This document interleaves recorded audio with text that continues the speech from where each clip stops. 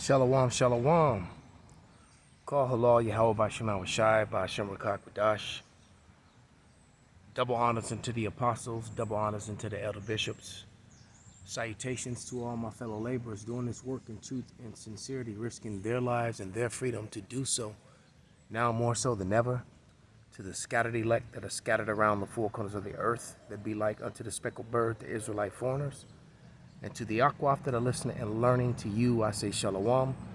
This is your brother Malcolm from the branch of the Great Millstone here in Chicago, coming at you with another lesson in truth. And I got an article that the mighty Saint Benji sent to me. And let me pull this up. Just going to read some of it. Probably make some meme post of it as well. But it's from Smart News. And it reads, Americans are running out of money and big companies like Target and Walmart are noticing it. It makes a recession more likely. And you know, these people are so full of shit. They're orchestrating this. All right. But at the same time, it's going to hurt a lot of low-level rich people. A lot of people are still getting hurt from this. The middle class, the working class. And you know, it's really ridiculous when you look at it. How they're purposely, like you just sent billions upon billions of dollars to Ukraine. And wherever there's great poverty, there's going to be great violence. And violence is increasing in America daily. All right. Violence is reaching areas with, that violence didn't normally happen in those areas before. All right. But let me read some of this article. It says Americans are running out of money and big companies like Target and Walmart are noticing it. It makes a recession more likely. New data shows Americans have already burned through a third of their pent-up savings. That nearly 3 times more than the previously thought, and signals spending will soon slow down. Retailers are adjusting accordingly, but the data hints to a recession is increasing likely. The financial cushion protection America's from sky-high inflation is smaller than previously thought. As savings dwindle, the chances of severe recession mounts. And it's not a recession. This is a full-out collapse. Is where they're headed. They're being very, subtle with their words. All right. Household finances are in a worrying decline. Savings doomed throughout the early days of the pandemic. An unprecedented stimulus and a weak in-person spending left Americans more cash to stash away. That trend peaked in the middle of 2021. So yeah, a lot of people that were getting those stimulus checks. Jake was spending it all. Esau was stashing his. All right. But and the funny thing is they're gonna eventually collect on that one way or another. It's gonna come back to haunt you. All right, but you can't spend your way out of a recession. You would think, like I was saying, if you sent all this money, let me pull up this scripture. If you sent all this money to Ukraine, if you actually use that, to actually build up your inner cities, because if you want to stop, violence and shit like that, and from Jake from leaving their neighborhood and going to Edomites' neighborhoods and committing crime, all you'd have to do is some of that Ukraine money you sent, you could have put infrastructure in some of the lower class neighborhoods. All right, you could put a little bit more money into their schools, and then the police problem would actually take care of itself. Because now you don't have enough money for your police departments across America. So this is creating a problem and issues that stretch far beyond, the world of finances. But this is Ecclesiastes 12 and 3, and it reads, "In the day when the keepers of the house shall tremble, and the strong men shall bow themselves, and the grinders cease because they are few, and those that look out of the windows be darkened." All right, because there's not a whole lot of jobs, even though you would have people, in the Biden administration and different organizations talk about job creation. The truth of the matter is that there wasn't a lot of job creation. All right, and even when they do give you jobs, they don't give you enough hours to really support yourself. They try to keep people from You know, the whole thing now is to keep people just under full time. You know, I think you got to do 40 hours to get benefits. They'll give you 39 and a half. All right. And then it says when the windows be darkened, it means that people don't see a future. So that's why suicides are so high. Drug use is so high. You know, just look at some of them videos of what's going on in the homelessness situation in Philadelphia, man. All right. And I mean, it's pretty bad in Chicago, but Philadelphia looks like something out of a nightmarish movie, man. But, and I can imagine what it's like in the warmer places. I've heard that Phoenix and in California are really, you know, off the charts with their homelessness and the, you know, and the situations that's going on there with homeless people. All right. All right. Ecclesiastes 12:4. And the doors be shut in the streets when the sound of the grinding is low. A lot of businesses have shut down and never reopened after the you know, this COVID thing, after the pandemic thing. You know, a lot of businesses didn't open back up. All right. And it says, and he shall rise up at the voice of the bird, and all the daughters of music shall be brought low.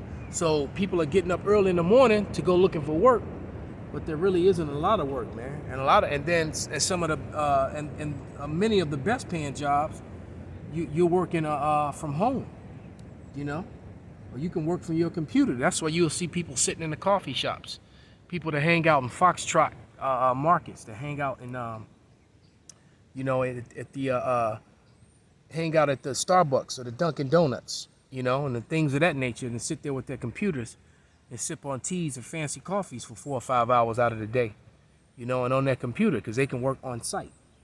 You know, you got a lot of people doing that sort of thing, but that's not readily available for the average person, man. All right, so let's read a little bit more of this article.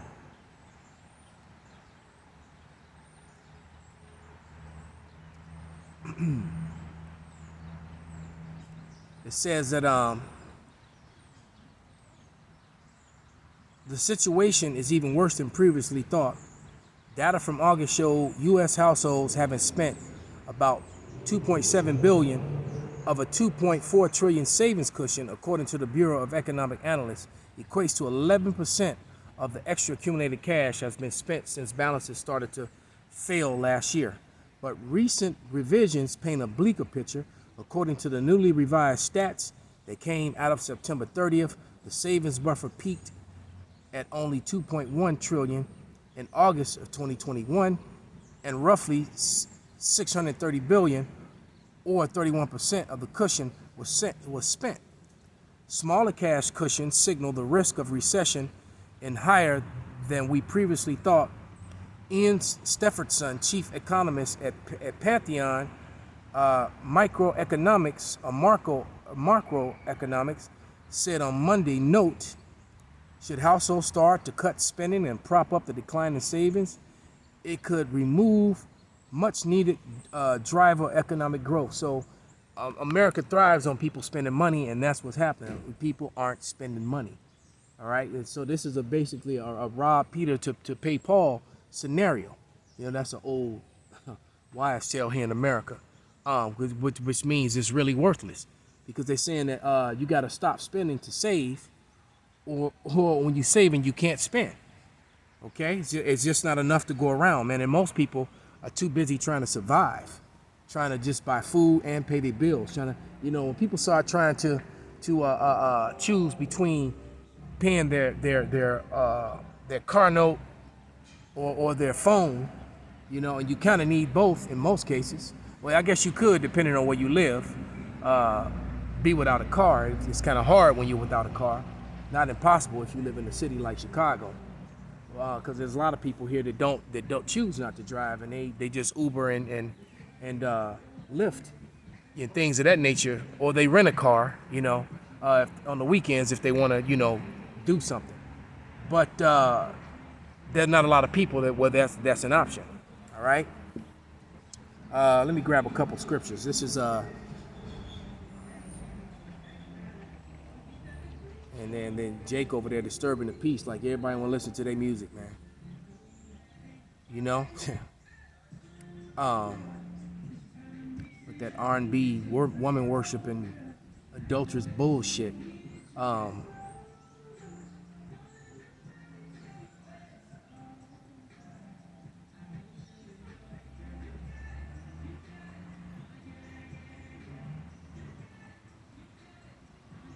hold on, there we go.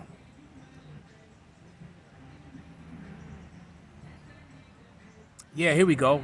This is Job 4:11, and it reads, "The old lion perishes for lack of prey, and the stout lion's whelps are scattered abroad." Man, so basically, that old lion that perishes for lack of prey is because, well, he's old and he's weak. He can't hunt anymore. So eventually, he ends up starving to death. He ends up getting sickly, and he ends up starving to death, or he gets attacked by another lion, or a bunch of wimpy ass what do you call them, hyenas, and they put him to death because he's too old and too weak to fight, man, to defend himself. All right, and he just becomes a meal for them, and that's basically what's happening here in America.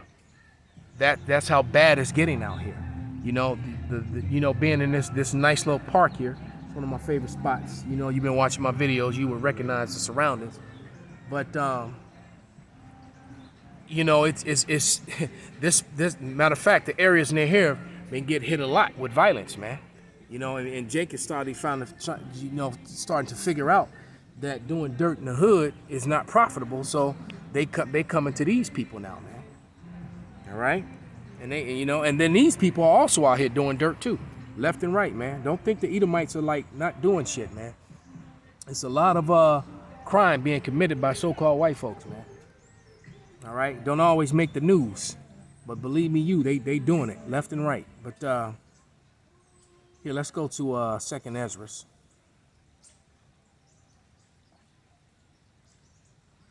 I'm gonna read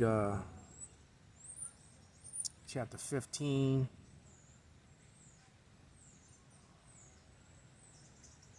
And I'm going to read all the way to 19 because that's just the time that we're in, all right? Because all this is just going to create more division, going to be creating more violence, and it eventually is going to create sedition because people are ready to go against their, the government, all right? But this is 2 Ezra 15 and 16, and it reads, "For the sword and their destruction draweth nigh, and one people shall stand up and fight against another, with swords in their hands." And that was a congressman, some House of Representatives individual. I saw the video about a month ago where he said 82% of the people agreed that maybe it was time to take up arms against the government. That's a lot of people, man, here in America. So 82% of the people are saying that of the voting age or people. That's not good, man. And it reads, "For there shall be sedition among men, and invading one another." Home invasions are off the chart. They're not always reporting on them, and they're only going to increase. All right. "For there shall be sedition among men, and invading one another, and they shall not regard their kings nor princes, and in the course of their actions they shall stand in their power." And I've seen the events that happened right here downtown Chicago. A couple weeks back, they had that Mexican event, where Issachar was out there clowning. And it was just so many of them, they overwhelmed the police, where the police were just helpless to do anything to stop them. And it wasn't even a riotous type situation. I mean, they were acting a little rowdy and shit, but they weren't like, harming people or anything like that, for the most part. They were just blocking traffic and doing burnouts and shit like that, just being assholes. Had traffic all jammed up, messing up, city ordinance and things of that nature. But it says, "And a man shall desire to go into the city and shall not be able." All right, because they're going to be checkpoints eventually, man. You're not going to be able to go here and there to and fro. All right, that's going to happen. All right, especially when they clamp down and this second lockdown comes down, and this next pandemic or plandemic, whatever you want to call it, hits. We're one event away from complete lockdown and complete chaos. Okay. Because these businesses will not survive another lockdown. And they know it. All right. Verse 18. "Because of their pride, the city shall be troubled, and houses shall be destroyed, and men shall be afraid, and a man shall have no pity on his neighbor, But he shall destroy their houses with the sword and spoil their goods because of the lack of bread and for great tribulation. So, people going to be kicking in each other's doors. They're going to be taking your food, your wine, your women, your daughters, whatever, And it's going to get that bad, man. Hey, so with that, stay prayed up. And I'm going to give all praises, all honor and glory unto Yahweh, Bahashem, Yahweh Shai, Bahashem Rakakwadash, Wa Abba Babal, Kwam Yasrala, Shalom.